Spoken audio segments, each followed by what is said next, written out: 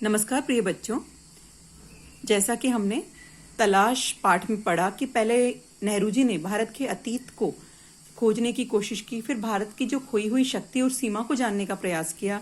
इसके पश्चात वो इस तलाश में जुट गए कि आखिर भारत खो कहाँ रहा है। तो प्राचीन का अध्ययन, इस कड़ी में उन्होंने अनेक पुस्तकों, प्राचीन स्मारकों, सांस्कृतिक उपलब्धियों आदि का अध्ययन किया और वे उन तत्वों को फिर भी प्राप्त नहीं कर पाए जिनकी उन्हें तलाश थी, कि वो ये जानना चाह रहे थे कि आखिर भारत जो है कहाँ बसता है। आगे देखिए भारत की वर्तमान दशा।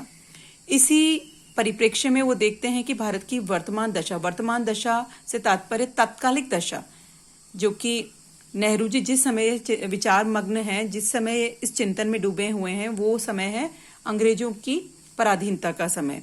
उस समय की स्थिति यह है कि भारत विचित्र अवस्था में था। भयंकर गरीबी है, शासकों के अत्याचार समाज पर बहुत ज्यादा बढ़ रहे थे। उच्च वर्ग का इससे कोई लेना देना ना के बराबर था, लेकिन मध्यम वर्ग जो था वह सबसे ज्यादा संघर्षरत था और नेहरू जी का ध्यान भी सबसे ज्यादा मध्यम वर्ग की ओर ही था। आगे देखिए अंग्रेजों के विरुद्ध। यह वर्ग जो है शासन के ढांचे के विरुद्ध नहीं था, क्योंकि ये इस वर्ग का मानना था कि अंग्रेजों की जो सारी नीतियां हैं वो ऐसी नहीं है जो कि उनके लिए अहितकर हो। लेकिन फिर भी यह वर्ग ऐसा वर्ग था जो कि उनको हटा करके सत्ता को संभालना चाहता था, देश को एक नई दिशा देना चाहता था।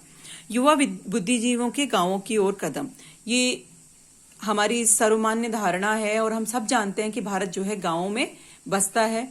भारत कृषि प्रधान देश है। भारत की लगभग 75% जनसंख्या गांवों में निवास करती है। तो यही वजह थी कि युवा बुद्धिजीवी जो है वो गांवों की ओर मुड़ने लगे, अर्थात गांव पे वो अपना ध्यान देने लगे। नेहरू का बेचैन होना।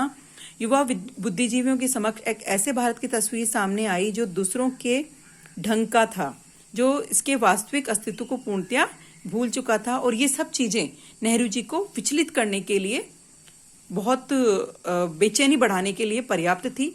नेहरू जी का दर्द भी इसमें उभर करके आया कि भारत में इतनी विशेषताएं होने के बाद भी अधीनता का जीवन भारत क्यों व्यतीत कर रहा है। कि भारत का एक सांस्कृतिक दृष्टि से देखें तो एक बहुत ही अच्छा आधारभूत उसका अतीत है। भारत उससे प्रेरणा ले सकता है और इन आतताइयों को भारत बाहर निकाल सकता है। फिर भी क्यों भारत इनकी पराधीनता को अब तक झेल रहा है और क्यों परेशान हो रहा है। तो ये नेहरू जी की पीड़ा है जो उन्होंने अपने शब्दों में व्यक्त करी और इसी को सोचते हुए वो भारत के गांवों की ओर देखते हैं। वो ग्रामीण जनता में भारत की झलक देखते हैं और भारत के बदलते हुए स्वरूप पर विचार करते हैं कि क्यों 200 वर्षों से अंग्रेजों के अत्याचार हम झेल रहे हैं।